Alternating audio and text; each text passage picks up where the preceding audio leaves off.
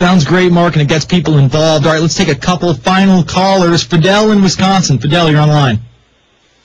Hey, what's going on, guys? I just got a quick question for you. Actually, I got two quick questions for you. The first is, would you agree that the New Age movement has basically infiltrated and taken over the whole truth movement? Well, I wouldn't say it's taken over, but there's definitely some New Age aspects, but always have been in the first of all, the truth movement is a broad term. The Patriot movement is a broad term. Even people like David Icke, who I heavily disagree with on several different issues, including the reptilians, Anunnaki, and his kind of New Age Johnny nonsense. I do look into things like frequencies, which I find just amazing and very interesting, but at the same time, things like Zeitgeist, which I can get behind 90% of it, 10% of it I can, and then things like Zeitgeist Addendum, I can get behind maybe 50% of it, and then the other 50% is garbajo to me. What's your take, Mark?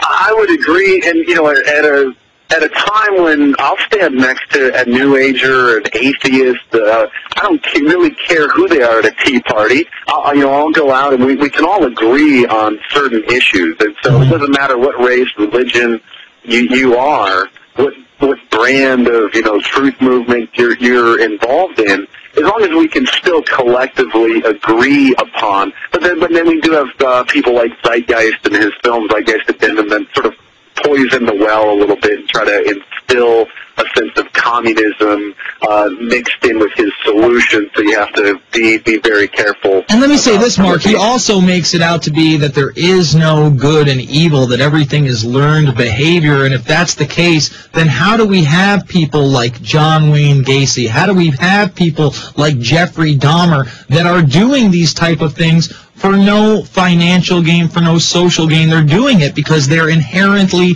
evil. Really quick, Fidel, less than 30 seconds. What's the second question? Yes, sir. We drop him? All right, we drop him. You lied about Bill. All right, we're done with him. Thanks, Fidel. You try to answer questions. You try to be good on the radio. You try to stick to what you can prove. You try to go over the news. And, Mark, you can just be called a liar again and again.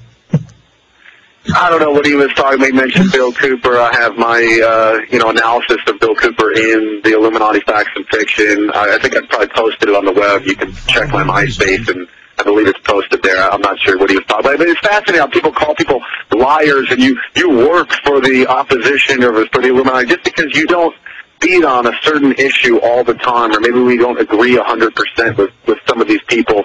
There's a lot of paranoia, a lot of lunatics in our movement, but there are some COINTELPRO people that try to nitpick and take us apart. So